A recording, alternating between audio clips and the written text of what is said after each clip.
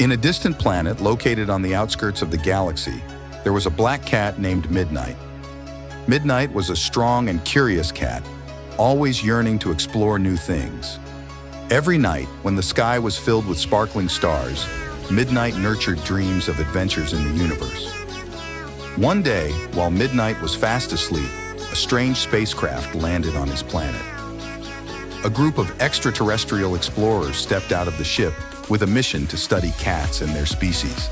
This woke Midnight up, and he was ready for his own adventure. Without hesitation, Midnight found a way to sneak into the spacecraft and took off into space.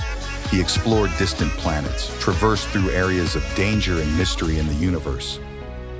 Along his journey, Midnight met and befriended various alien species, each with their own unique traits and stories. In an adventure full of action and peril, Midnight faced new challenges and learned how to overcome them. But with his intelligence, courage, and patience, Midnight conquered all obstacles and returned to his planet as a hero.